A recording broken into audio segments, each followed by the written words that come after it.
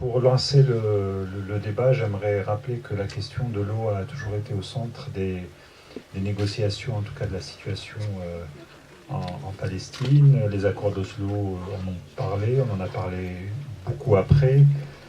Des rapports se sont suivis, réguliers. Je pense au rapport de la Banque mondiale en 2009, qui avait déjà mis en exergue, et pourtant bien Dieu seul sait que la Banque mondiale n'est pas une institution très activiste, mais déjà ce rapport avait mis en évidence cette situation d'extrême injustice dans la répartition des ressources hydrauliques en 2009. Il y a quelques années, il y a eu un rapport de mission parlementaire qui a fait beaucoup de bruit à cette époque-là, dont 2011 ou 2012. 2011-2012. Décembre 2012. Voilà, dont l'un des rapporteurs était M. Glavany, et qui avait fait énormément de bruit, et puisque le mot apartheid, à l'époque, avait été prononcé et écrit dans ce rapport, qui mettait en exergue des chiffres assez ahurissants. On va revenir là-dessus dans le débat, notamment sur l'inégalité extrême de la répartition de l'eau potable en Cisjordanie, avec des rapports de 1 à 7 entre les Palestiniens et les colonies. Alors, ma première question, je vais la poser à la réalisatrice.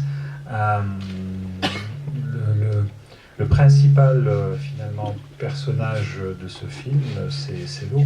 The main character is the water.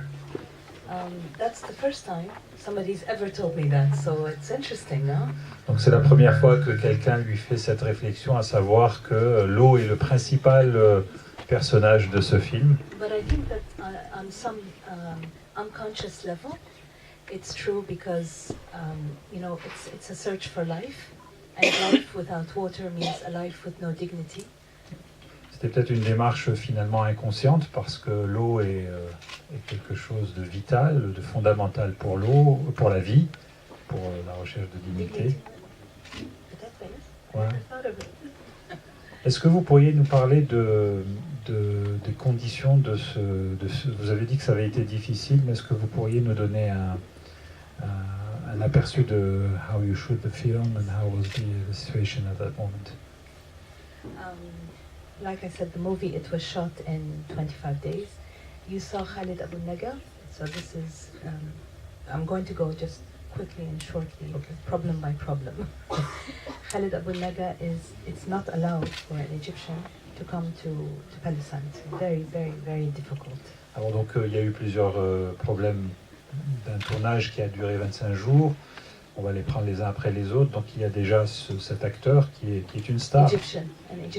Qui est égyptien, qui est très connu dans le monde arabe, et qui normalement, les Égyptiens n'ont pas le droit de se rendre en Palestine. Yeah. So to get the permission was very difficult. Then we have 650 checkpoints. We don't pass them all, but there's 650 checkpoints. Donc il y a un chiffre, 650 checkpoints qui sont sur le chemin. And then we shot 21 days in Naples and 4 days in Bethlehem. Donc 21 jours à Naplouse et 4 jours à Bethléem de tournage. Every single day, 1 kilometer away is the refugee camp called Balata. Donc à 1 kilomètre de là où vous étiez, il y avait un camp de réfugiés qui s'appelle Balata. Balata, the little girl and the boys, 2 of the boys, they are from this camp, from Donc Balata camp. les 2 enfants qui sont dans le film viennent de ce camp de réfugiés. But every single night, there was an Israeli incursion into the camp. Every night. During the shooting. During the shooting. Pendant tout le tournage, dans ce camp, il y avait des incursions, des interventions militaires israéliennes durant la nuit. And every night they were shooting. And Khalid Abu Naga, the main actor, he would come up and say, "What's this?" And we're sitting, oh no. We tell him, wedding. And chaque soir, ces incursions, bien entendu, étaient suivies il y avait des coups de feu, des détonations, et l'acteur principal s'inquiétait et venait poser la question de savoir mais qu'est-ce qui se passe. Et donc une des réponses, je dirais, diplomatiques qu'on lui faisait, c'était que c'était un mariage. And after 21 days, he said, wedding. We said, wedding. Ah oui. Yes, he understood that. Yeah, no, he understood. Il a quand même fini par comprendre au bout de 21 jours. But the biggest problem was, and what Hani had to face really, in a very big way, Hani the producer, it was when you live under occupation, you can't plan. Every day is a mystery. Okay. It's on the mood of the soldier. Donc l'un des problèmes que nous avons avec Hani, le producteur, l'une des difficultés lorsque vous vivez sous occupation, c'est l'incapacité à planifier. Donc c'est un mystère. Donc, et ça dépend du bon vouloir des soldats israéliens, bien entendu. And maybe there's an incursion into Nablus, maybe not. Maybe it's always a maybe. And every day of shooting costs a lot of money. Donc vous vivez sous le sceau du peut-être. Peut-être que demain il y aura une incursion israélienne à Naplouse, peut-être pas. Et donc ce peut-être fait que le producteur dépense quand même beaucoup d'argent parce que ça coûte de l'argent de ne pas savoir, de ne pas être capable de planifier de manière exacte. And there's many others, but one just final thing. You know, we are classified by color. The people who live in Jerusalem and who live, Palestinians who live inside the 48 borders, they have a blue ID card. The people who live in the West Bank, we have a green ID card. And the people who live in Gaza have an orange ID card. Donc il y a un système de classification par couleur selon l'endroit où vous résidez. Donc Jérusalem, c'est bleu, orange pour Gaza et vert pour les habitants de Cisjordanie.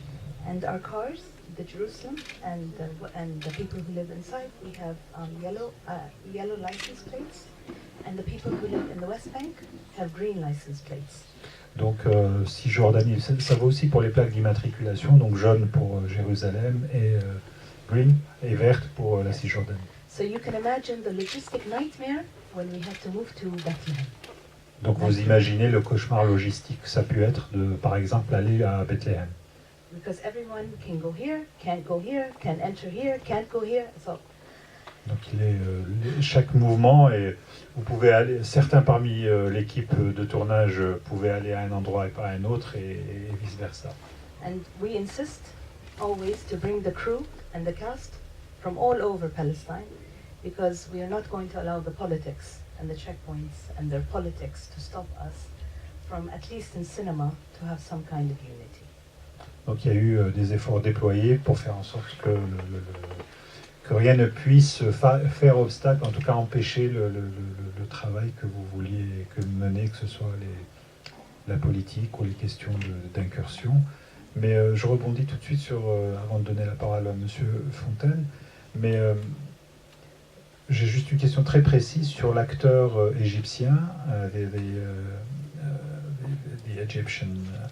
Comment vous avez finalement réussi à faire en sorte qu'il vienne? Est-ce que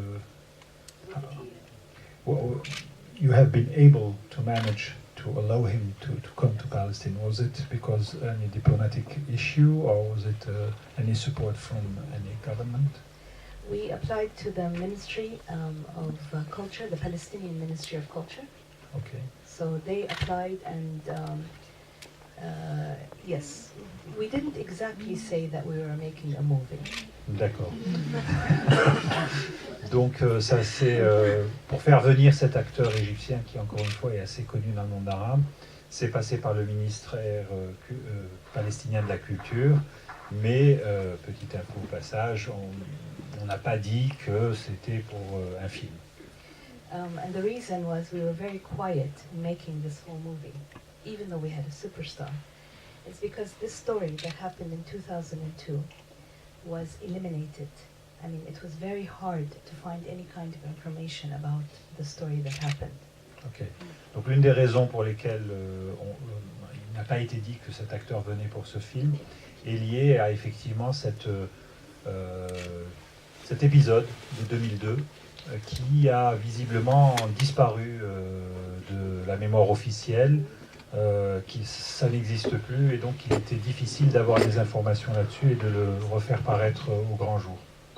And in the real story, he was discovered after 4 years, Thair Hamad, and even it was difficult to interview him, to ask about. So the lady who helps me in Ramallah, she comes from his town. So we were getting the information from various other sources. And then he wrote one book that was written from prison. So that was the source of information. Otherwise, it was a very sensitive story for the Israelis and the Israeli media. So. Donc c'était une affaire très, très sensible. L'auteur de cette action militaire a été découvert au bout de 4 ans, 2006. But he was found 4 years later. He was found 4 years later. Ok, 2006. Donc il a été arrêté au bout de 4 ans et il a écrit un livre. Il y a une dame qui a aidé la réalisatrice, elle est originaire de Ramallah pour en apprendre un peu plus. Et ce personnage a écrit un livre sur cette affaire, mais ça demeure aujourd'hui encore un épisode assez sensible à la fois pour la presse et pour les autorités israéliennes. Monsieur Fontaine, dans le film, il y a, donc j'ai dit que vous étiez spécialiste des questions hydrauliques. Dans le film, il y a cette scène où l'ingénieur hydraulique découvre une canalisation qui va vers une colonie. Et c'est un peu les raisons qui font qu'il se fait tabasser ensuite. Il découvre. Alors, est-ce que c'est... selon vous, ce que vous avez vu sur le terrain, est-ce que ça symbolise de manière quand même assez forte, finalement, ce qui n'est rien de plus qu'un vol des ressources hydrauliques des Palestiniens, aujourd'hui encore? Oui, je crois qu'on parlait de vol des ressources hydrauliques palestiniennes, ça ne fait absolument aucun doute. Bon, qu'il y ait des gens corrompus comme ce personnage qui ait facilité l'accès à l'eau de certaines colonies, personnellement, je n'en ai pas eu de témoignage. Par contre, ce qui est absolument certain, c'est que les ressources, on est dans une autre chose à dire en préalable déjà, on est sur un territoire extrêmement réduit. Madame parlait des centaines de checkpoints, et imaginez des centaines de checkpoints dans un seul département français. Puisque la superficie de la Cisjordanie, c'est grosso modo la superficie d'un département, bon, pas comme les départements entourant Paris, mais comme la Seine-et-Marne, par exemple. C'est un département, imaginez, 500, 600, 700, parce que ça a varié sur les époques, 800 checkpoints dans une superficie comme celle de la Seine-et-Marne. C'est hallucinant, sans compter qu'il y a aussi en plus 2 réseaux routiers, un pour les colonies, un pour les Palestiniens. Et qui fait que par exemple pour aller de Ramallah à Bethléem, qui sont 2 villes qui à vol d'oiseau sont de distance de 20 km, vous êtes obligé de faire un détour dans le désert de Judée et qui vous amène à 80 ou 100 km, je ne me souviens plus exactement. Alors qu'en réalité, à vol d'oiseau, il y a 20 km. Donc il y a toutes ces contraintes qui ont dû peser, je pense, sur la production du film de façon considérable. Alors, c'est la première chose. Deuxième chose que je voulais dire, l'eau, c'est effectivement le cœur du problème. Au-delà, évidemment, de la question du droit des Palestiniens à l'autodétermination, la question de l'eau est une question absolument cruciale, pour 2 raisons. D'une part, on est dans une des régions du monde où on a le moins d'eau, à la partie nord et ouest de l'ensemble Palestine-Israël, et d'une zone de climat méditerranéen sec. Et par contre, la vallée du Jourdain et le sud, on arrive d'abord dans un climat semi-désertique, et ensuite dans un climat complètement désertique. Par exemple, la principale oasis de la vallée du Jourdain, Jéricho, a 160 mm de précipitations par an, à quelques millimètres près, ce qui tombe à Biskra dans le Sahara algérien. Donc on est là en zone désertique. Donc on est à un manque d'eau, et selon les normes faites par la FAO, l'Organisation des Nations Unies pour l'alimentation et l'agriculture, chaque être humain devrait pouvoir disposer à minima de 1000 m3 d'eau par habitant et par an. Quand je dis 1000 m3, c'est tous usages confondus. Et le premier usage, c'est pas l'usage domestique, c'est pas l'eau potable, c'est l'eau agricole. Hein. Donc tous les gaz confondus devraient arriver à 1000 mètres cubes. Et les ressources pour l'ensemble Palestine, Israël, c'est la même chose pour la Jordanie d'ailleurs, c'est moins de 200 mètres cubes. Donc on a une pénurie extrêmement grave. C'est la première, ça c'est tout à fait fondamental. Et puis deuxième chose, dans le domaine de l'eau, et il y a des questions après, on pourra approfondir, mais je vais rester là pour l'instant.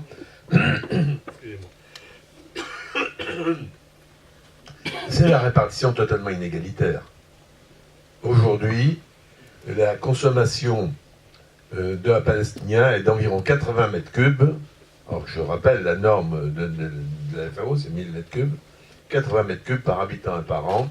Et celle d'un Israélien, c'est un peu moins de 300. 270, 280. C'est-à-dire 3 fois et demi plus. Avec des différences entre les Israéliens d'Israël et les colons. Parce que chez les colons, là, c'est plus de 280, c'est 400, 500 mètres cubes, c'est-à-dire 6, 7, 8 fois ce que consomment les Palestiniens du village d'à côté. Et quand vous allez en Palestine, vous pouvez voir une colonie avec pelouse arrosée tous les jours, y compris en plein été, je l'ai vu, piscine remplie où tout le monde va se baigner, et à côté de ça, à quelques 1, 2 ou 3 kilomètres, un village palestinien où il n'y a pas d'adduction d'eau, ou s'il y a une adduction d'eau, il y a de l'eau une fois tous les 3 jours pendant 2 ou 3 heures. Ce qui explique que dans chaque village, vous avez, et même chose dans les villes, des citernes au-dessus des maisons pour avoir de l'eau en permanence. Enfin, en dehors des périodes de conflit. Parce que pendant la seconde intifada, donc qui a eu lieu de 2000 à 2004, donc l'épisode qui est évoqué fait partie de cette seconde intifada, les réservoirs sur les toits de maison étaient d'excellentes cibles pour l'entraînement des soldats israéliens. Donc, une différence d'approvisionnement en eau qui est absolument considérable.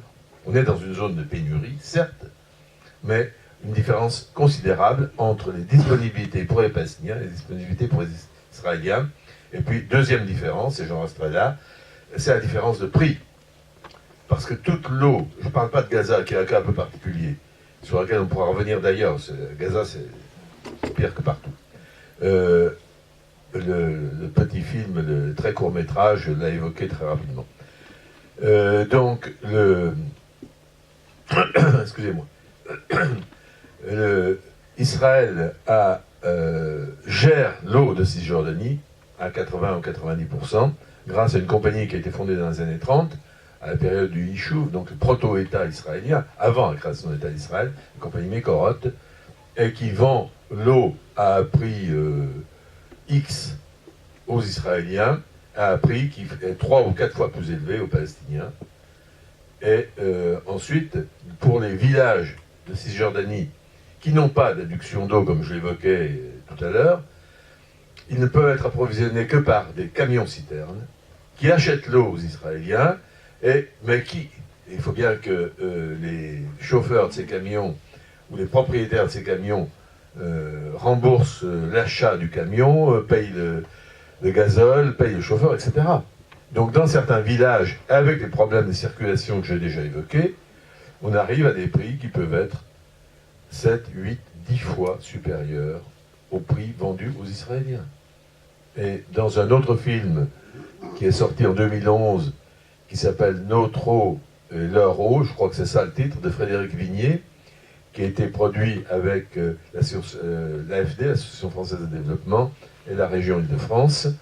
Il est indiqué qu'une famille palestinienne a besoin du tiers, je dis bien le tiers de son budget pour s'approvisionner en eau, parce qu'elle n'est pas reliée à un réseau. Et donc elle achète de l'eau à camion-citerne. Et sur l'ensemble du budget annuel, l'eau représente le tiers du budget. Je vous invite, si vous avez l'occasion de voir ce film, qui est sorti en 2011, je crois, qui est un documentaire, qui n'est pas un film de fiction. Très bien, merci. Donc les chiffres que vous donnez sont très intéressants. Donc finalement, ça peut aller à un rapport de 1 à 7, 1 à 8 par rapport au prix d'achat. Et quant aux consommations, finalement, ceux qui consomment le plus dans la région, c'est les colons, puisqu'ils consomment plus d'eau que les Israéliens eux-mêmes.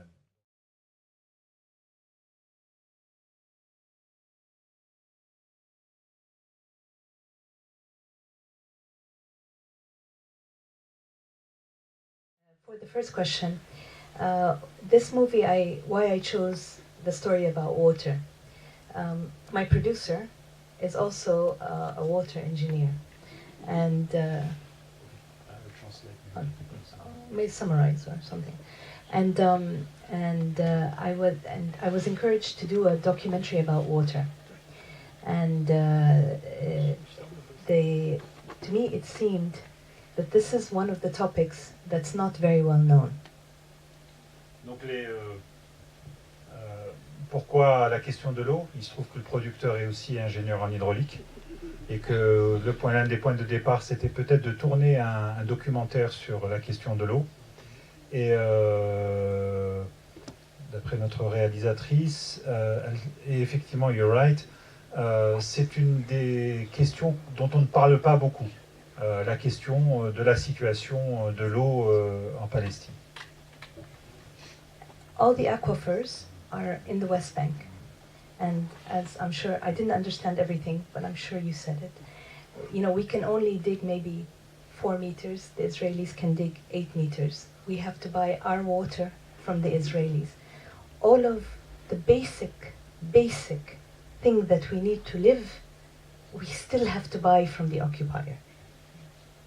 Il y a une situation d'inégalité criante qui a été donnée par M. Fontaine, mais qui est rappelée ici, c'est-à-dire déjà même pour les puits, il y a une différence d'autorisation. Les Palestiniens ont le droit de creuser jusqu'à 4 mètres, les Israéliens 8, donc même pour des choses aussi basiques que l'eau, les Palestiniens sont obligés d'acheter ces choses-là à l'occupant. But how can I make this fiction? Comment faire une fiction? A fiction. How can I make it? So I thought it would be interesting because always also our image as Palestinians in cinema and in the world is first terrorist, really, really quite ugly, and it's the way we have to change the image. We don't like it, we change it, and not educated. This is our image. So I wanted to start changing images. Alors, comment, en partant de la question de l'eau et de l'inégalité, en faire une fiction? Eh bien, sachant que déjà l'image des Palestiniens, on la connaît tous dans comment le cinéma et notamment Hollywood l'a conçue, image négative, terrorisme, et aussi des gens qui ne sont pas éduqués, qui ne sont pas diplômés. Et moche aussi, oui, j'ai oublié. So, and I don't know this image because I don't know these men, I don't know this woman, I live in another place where we're not like this. So it's important to bring out these things. I thought for him to be a water engineer, and the reality that we took was the levels where we shot. We shot 4 levels underground. These scenes were shot in 5 different locations. So I wanted to keep going under and under and under to the core of what I think is, you know, the problem is that the basic rights are not acknowledged. Il y a eu, on s'en est rendu compte, effectivement, il y a eu 5 niveaux, je dirais, géologiques de tournage, et parce qu'elle voulait aller au plus profond et au cœur du vrai problème qui se situe là-bas. So that's how the water story came in, and it's a problem for us. People like Adil are not all the Palestinians, but it is also part of the diseases created by occupation and human nature sometimes. He was not black, he was not white, he was gray. And he tells them at the end, I brought you. So I wanted to create something, our issues that we have to deal with also on a daily basis. Concernant le personnage de Adel, qui est ni blanc ni noir, qui est un des résultats, c'est l'un des résultats de l'occupation. On ne peut pas dire qu'il est totalement mauvais. C'est la nature humaine, c'est-à-dire, et il le dit lui-même à la fin du film, puisque effectivement il a rendu des services et il a aidé sa communauté d'une certaine manière à faire face aux conséquences de l'occupation. So all of these things are from our environment. The soldiers are all Palestinian, completely, but they're very well trained. Les soldats les acteurs étaient tous des Palestiniens, ceux qui ont joué le rôle mais ils étaient bien entraînés. You mean militarily or even in speaking Hebrew? In every way. Donc ils étaient très bien entraînés dans tous les domaines, à la fois militairement, mais aussi le fait de parler hébreu. It was fabulous. We were on set, and it's like, to train, to work with the actors. It was like this. In 1 minute, they were ready and happy, holding the guns, wearing the uniform. It was. Ils étaient prêts tout de suite. Ils ont tout de suite été prêts à rentrer dans le jeu. It reminds me something, in the beginning, because Algeria is present in this movie, and I'm from Algeria. So Lakhdar Hamina told me once, donc je donne une petite anecdote par rapport à ces soldats, c'est que le réalisateur Lakhdar Hamina, qui a eu la Palme d'Or en 1975, a tourné un film au début de l'indépendance, and he was unable to find someone playing the character of a French soldier. Et à l'époque, en 62-63, personne en Algérie ne voulait jouer le rôle d'un soldat français. Il a eu énormément de difficultés à trouver des figurants. So that was not your case. Oui, moi je suis bien sûr complètement d'accord sur le fait que le problème de l'eau est un problème essentiel pour la Palestine et les Palestiniens. Je dois dire que je suis allé plusieurs fois en Palestine, et notamment à Naplouse, et je m'attendais avec plaisir, à revoir cette ville que j'aime beaucoup. Et les plans sont je trouvais assez serrés, et on ne voit pas forcément, j'allais dire, toute l'image de la ville en tant que telle. Sur la question de l'eau, pour y revenir, en fait, je crois qu'on voit beaucoup aussi ce problème-là dans la vallée du Jourdain, vous l'avez vu, vous l'avez dit, où on voit effectivement un bord, quand on circule, un bord gauche selon la circulation, où c'est vraiment complètement aride, et de l'autre côté, les palmeraies, les dattiers, etc., c'est tout à fait fertile. C'est un problème qu'on retrouve aussi dans les villes. On le voit un peu dans une ville comme Naplouse, et à Ramallah, notamment dans le quartier qui avait été construit par la diaspora palestinienne, on a vu effectivement tout un quartier se construire. Moi, je voudrais simplement dire à tous ceux qui sont ici que c'est vraiment important et c'est possible d'aller en Palestine. Enfin, l'association France-Palestine Solidarité auquel j'appartiens organise des voyages, des missions là-bas. C'est très important parce que les Palestiniens se sentent totalement isolés. Et donc, il y a ce double apport à la fois de relations humaines et, j'allais dire, de projets qui peuvent être constitués. Et Naplouse, en particulier, est une ville qui a été très meurtrie. On voit beaucoup encore les stigmates, les endroits où il y a eu des bombardements. Et c'est une ville universitaire, il y a un marché, etc. C'est une magnifique ville ancienne ottomane. Et donc, c'est vrai que les Palestiniens ont affaire à toutes les difficultés du quotidien, parce que ça aussi, c'est quand même quelque chose de très important pour se déplacer, etc. Qui sont vraiment... Mais j'encourage vraiment tout le monde à aller en Palestine, à y aller vraiment, parce que c'est important de voir de visu toute cette réalité. I wanted to show something I shot close, and some of the narrow places where I wanted to shoot. Let me just, two points. My first point is I wanted to be quite close to the actors. Again, because we're changing or trying to change images. You're with somebody who has a secret, searching for his daughter. I didn't want to be very far. I wanted to be close, so that you're with him, you understand him. That was my first intention. But I'll get to the location. Donc sur la question des images, l'un des principes de tournage qu'elle a adopté, c'est de coller au plus près des personnages, dont le personnage principal qui a un secret, qui est un père qui cherche sa fille, et elle voulait vraiment être au plus près de lui et ne pas mettre une distance entre elle et lui. Then the locations. I love this stairs, and it's the walls are narrow, so they have to be close to each other when they walk up and down the stairs. There was certain locations I chose. I wanted intimacy, and it's where they walk, where they move, where they meet, where she cries at the end. This was important to be very tight. It was a choice. Donc, il y a des plans très serrés où les personnages se croisent, Everybody notamment. is confined in Palestine to Bantustan, to very small communities. Et donc il y a un contraste assez saisissant à la fois donc, entre ces plans serrés qui sont dans la ville, à l'intérieur de la ville, qui a été fermée, lockdown pendant 10 ans, et les images choisies avec soin, toutes de l'extérieur, ou les plans larges sur Naplouse.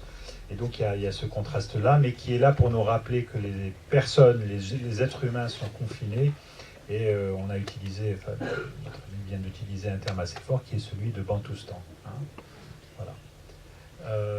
Je voudrais demander une question à Jacques Fontaine, parce que Janine et moi, on était en Israël et Palestine, on était à Ramallah l'année dernière, et on a remarqué les différences des toits. Sur les toits israéliens, il y a les espèces de réservoirs blancs. Mais en Palestine, il y a les réservoirs noirs. J'ai voulu savoir si ces réservoirs sur ces maisons qui sont là pour collecter de l'eau sont efficaces. Et si tu peux parler des autres réserves naturelles qui existent dans le Cisjordanie et Gaza. Bien.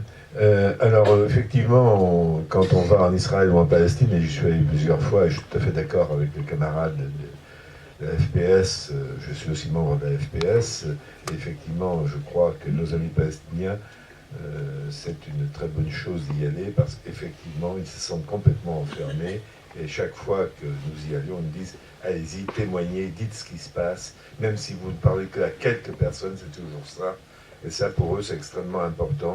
Je rejoins tout à fait donc ce qui a été dit. Les histoires des réservoirs, effectivement. J'avais su pourquoi les uns étaient blancs et les autres noirs, mais j'ai oublié, mais c'est pas grave. L'important. Le blanc était chauffage et le noir était pour collecter de l'eau.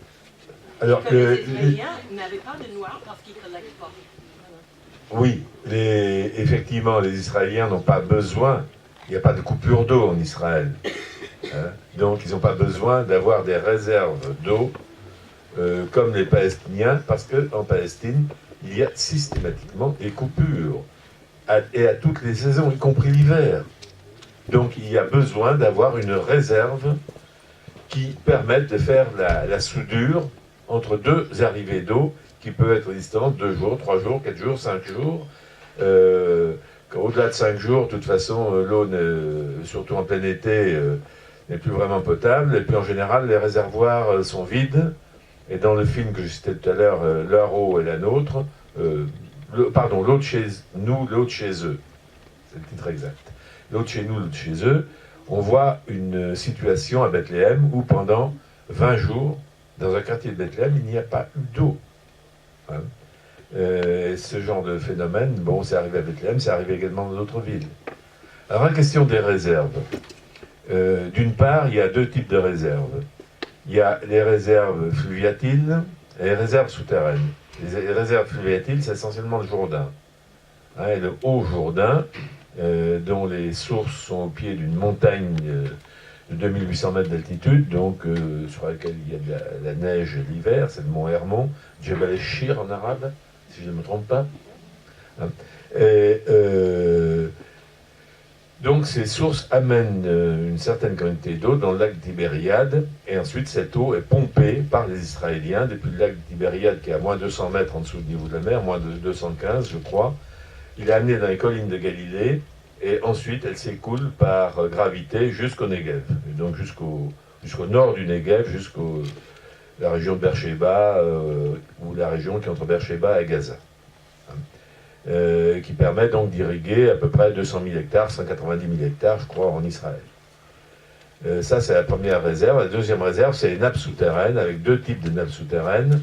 Les nappes qu'on appelle ce qu'on appelle les aquifères de montagne, qui correspondent essentiellement à la Cisjordanie, plus la région qui est comprise en Israël, entre Jérusalem-Ouest et, disons, la région de Tel Aviv, de Lod, de Ramla. Mais on estime qu'à peu près 85-90% des réserves des aquifères de montagne viennent des précipitations qui tombent sur le territoire cisjordanien. Alors je sais bien que la législation dans le domaine de l'eau est extrêmement floue et qu'il n'y a pas de vraies règles internationales dans le domaine de l'eau. Il y a des accords particuliers comme le Rhin, mais au niveau mondial, il n'y a pas de règles de l'eau. Donc chacun fait ce qu'il veut et donc, dans ces cas-là, la raison du plus fort est toujours la meilleure. Donc, la raison israélienne prime sur les intérêts des Palestiniens, c'est une évidence. Donc, l'essentiel de l'eau de ces aquifères de montagne est pompé soit en aval des montagnes, c'est-à-dire au niveau de la plaine littorale, enfin de la plaine pas tout à fait littorale, à 15-20 km de la mer, dans le territoire israélien, ou elle est pompée dans le territoire palestinien. Puisque, comme il a été dit tout à l'heure, mais je suis désolé, je vais un peu rectifier les chiffres, les Palestiniens ont le droit de creuser des puits à 300 mètres de profondeur et les Israéliens à 1500. Alors quand vous avez deux puits qui sont distants de 3 km l'un de l'autre, ou parfois moins, s'il y en a un qui est à 300 mètres de profondeur et l'autre à 1500, c'est pas la peine que je vous dise lequel ça sèche le premier. C'est une des nombreuses inégalités dans le domaine de l'eau. Et deuxième type d'aquifère, c'est l'aquifère littoral qui s'étend depuis le sud de Haïfa, depuis le mont Carmel exactement, jusque dans le nord-est du Sinaï, donc jusqu'au-delà de Gaza et de Rafah, sur la frontière égyptienne, où là vous avez un deuxième aquifère qui a été le premier à être utilisé dès l'époque ottomane, puisque les fameuses oranges de Jaffa, dont on vous rebat les oreilles aujourd'hui en disant qu'elles sont produites en Israël, en fait leur origine c'est l'Empire ottoman. Les premières plantations d'oranges datent des années, je ne sais pas, 1880, 1900, je n'ai pas l'année exacte, mais avant la Première Guerre mondiale. Et donc pour les orangers, il faut irriguer, c'est indispensable. Donc l'irrigation est très ancienne, et cet aquifère est largement surexploité, et d'autre part, comme il y a une très forte intensification de l'agriculture dans cette région, on y amène de très nombreux nitrates. Les chiffres étaient donnés dans le très court métrage avant le film, où on disait que le taux de nitrate à Gaza est 6 fois au-delà des normes internationales qui sont produites par la FAO. Et le taux de chlorure est 4 fois, je crois, plus élevé, parce que comme on pompe trop sur ces nappes, aussi bien dans la partie israélienne que dans la partie palestinienne, et plus encore dans la partie palestinienne à Gaza, ces nappes sont envahies par l'eau de mer. Donc l'eau douce devient petit à petit une eau saumâtre. Et aujourd'hui à Gaza, il y a, on a cité le chiffre de 96% d'eau non potable à Gaza, et à la vitesse où la nappe se dégrade, d'ici un an, d'ici fin 2016, il n'y aura plus d'eau potable à Gaza. On est dans une situation absolument catastrophique. Pour l'instant, on ne voit pas le chemin. Et c'est ce qui a permis à Glavany de dire dans son rapport sur la géopolitique mondiale de l'eau, avec un chapitre d'une 20 ou 40 pages, je ne me souviens plus, sur le conflit israélo-palestinien et sur la question de l'eau à l'intérieur du conflit palestinien, qui est paru donc en décembre 2011, que dans le domaine de l'eau, il y avait un véritable apartheid. Et effectivement, ça n'a pas plu à tout le monde. Mais malheureusement, Glavany avait raison, et il a toujours raison. Juste, je voulais vous demander de préciser deux choses. qui donne le droit, en Cisjordanie, qui donne le droit aux Palestiniens ou pas de faire un puits, de creuser? Parce que est-ce que les Palestiniens peuvent eux-mêmes ou est-ce qu'il y a une autorité qui donne ça? Et l'autre question, quid de la désalinisation de l'eau, notamment à Gaza? Alors, première question. Dès l'été 67, l'autorité civile israélienne, et comme vous savez, quand on dit autorité civile israélienne, cette autorité civile elle est dirigée par les militaires. Mais elle a le nom d'autorité civile. Hein. Donc l'autorité civile israélienne faite par les militaires a interdit d'une part le pompage dans l'eau du Jourdain, et d'autres, on pourra revenir éventuellement sur la question de la vallée du Jourdain, qui est effectivement une zone désertique dans sa plus grande partie, et interdit le creusement de nouveaux puits. Entre 1967 et les années 80, il y a eu 12 puits qui ont été creusés en Cisjordanie. Et donc l'interdiction de creuser les puits date de l'été 67. Hein, la guerre, qu'on appelle guerre des 6 jours, a eu lieu début juin. Moins de 3 mois après, les Palestiniens n'avaient plus le droit de creuser de puits. Et il y en a je crois, une douzaine en 20 et quelques années qui ont été autorisés. Aujourd'hui, suite aux accords d'Oslo II de 1995, la question de l'eau a été traitée à titre provisoire, puisque normalement ces accords d'Oslo devaient entraîner une solution définitive du conflit dans les 5 ans.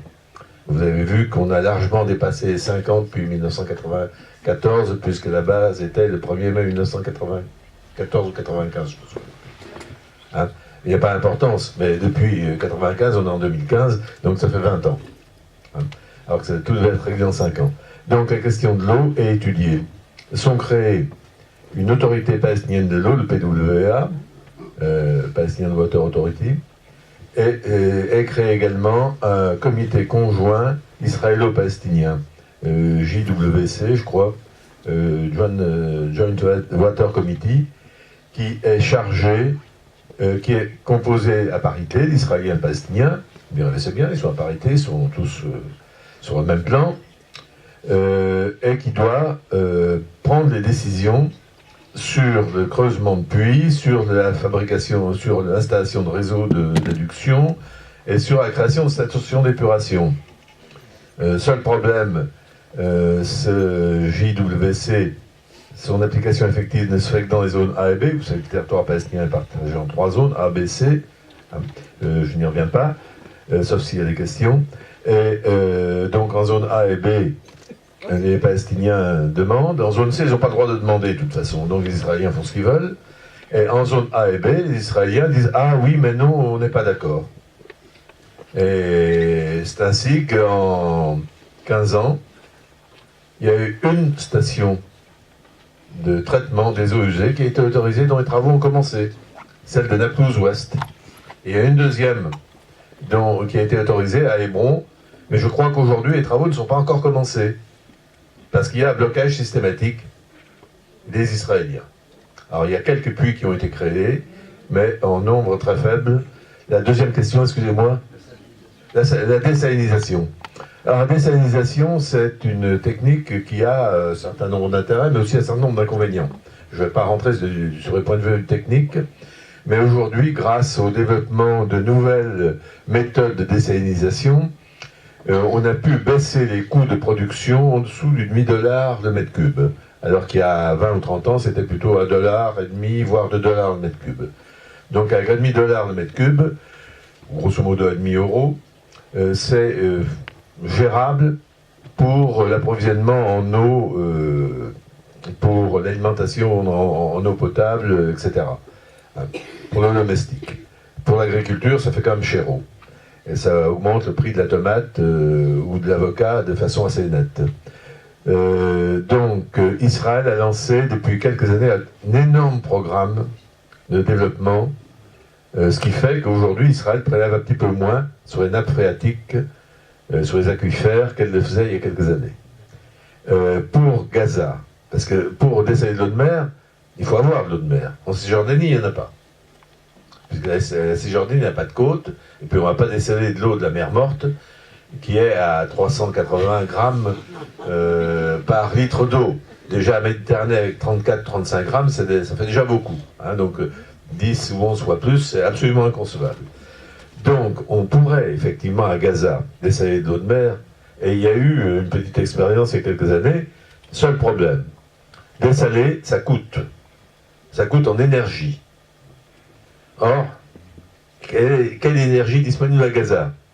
Vous nous direz, il y a des réserves de gaz dans la zone d'exclusivité économique de Gaza. Donc Gaza pourrait exploiter son gaz. Encore faudrait-il que les Palestiniens aient l'autorisation de le faire. Et ça, c'est pas demain la veille qu'Israël va donner aux Palestiniens l'autorisation d'exploiter le gaz qui dépend de la zone d'exclusivité économique qui est en face de Gaza. Donc, il faut avoir de l'électricité. Or, l'électricité, elle vient d'Israël. Et puis, comme vous le savez, ça a été rappelé dans le premier petit film, combien de guerres en 6 ans, entre 2008 et 2014 3 guerres en 6 ans. Donc, destruction des centrales électriques. Donc, à partir du moment où il y a une destruction des centrales électriques, ben, voilà. Moi, je dirais la chose suivante. Je crois qu'en conclusion, il ne faut plus acheter ni d'orange de Jaffa, ni d'avocat, ni de charogne. Je vous signale que les charognes, c'est une sorte de kaki qui est largement produit en Espagne aussi. La Chine en consomme beaucoup. Et les Israéliens font pousser justement aussi ces fruits avec beaucoup d'eau. Donc moi, c'est ma suggestion, s'il vous plaît, boycott. Alors le boycott, il a commencé, il y a une association dont moi je fais partie, qui s'appelle Euro-Palestine, qui est beaucoup plus agressive que France-Palestine. Et d'ailleurs, les membres de cette association, il y a quelques années, ont essayé d'aller par Tel Aviv dans les territoires occupés. Un certain nombre d'entre eux n'ont même pas pu quitter l'aéroport de Roissy. Il faut le savoir. Alors quand vous dites, monsieur, que c'est facile d'aller en Palestine, c'est facile pour les gens qui n'ont jamais manifesté leur, je dirais, soutien aux Palestiniens de manière claire, que les choses soient dites aussi. Merci. Je suis fiché par le CRIF depuis des années, hein, en particulier parce que j'ai participé à un colloque à Saint-Denis qui était interdit par l'université de Saint-Denis il y a 3 ou 4 ans. Et je suis fiché par le CRIF, au moins depuis ce moment-là, peut-être avant. Je ne dis pas par ambassadeur, par le CRIF, par une association française qui... On va peut-être... Palestine, je n'ai jamais été empêché d'y être. Je voudrais conclure en posant une dernière question à notre invité aussi. La fin du film se termine... je ne sais pas quel a été le ressenti général, mais est-ce que c'est une note, selon vous, d'espérance positive, ou est-ce que elle est entre parenthèses? The end of the movie, is it an optimistic view? Is it another kind of message? I mean, I like to leave it to the audience to see what they think and what they say. But I just am closing. November 29th is the International Day of Solidarity with Palestinians.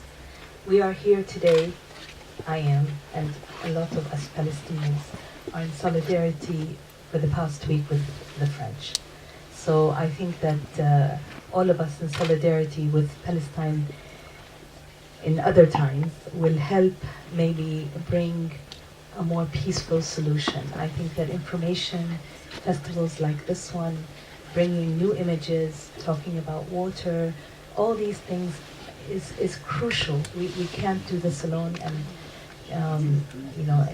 so we need your solidarity, and our hearts are with everyone here also in France. So on this, I want to thank you all for coming, thank the festival again, and